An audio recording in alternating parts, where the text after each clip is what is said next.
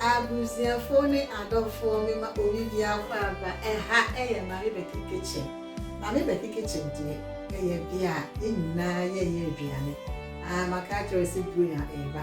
Pese wo se wo ni pedua no eyare. Na wotime de die ahye onyankopon anyunyam. Na wo ni pedua no esisisisi a aduane no wo konkora enno wanu beto. Mpese buya wanu beto. Pese utini yiyem na wo yi aduane no ehye nyankopon anyunya 2025 year wotimi edi program woni di ye ahye nyame anyunya abuzi amoye ko ye fa ne ma yare ya kidney high pressure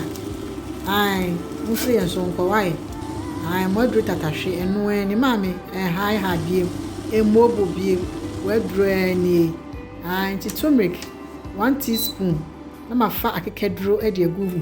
na magano ama na siso asiso 3 to 4 minutes na afi mabehwie eno na mesivu so no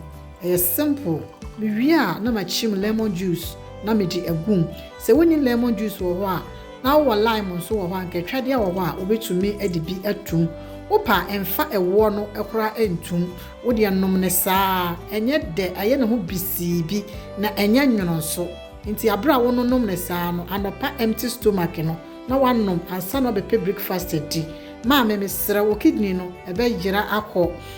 blood pressure na ekosoro no ni nyina ebe yira afiri wo so diabetes ni nyina ebe yira edi akọ eno ani odofo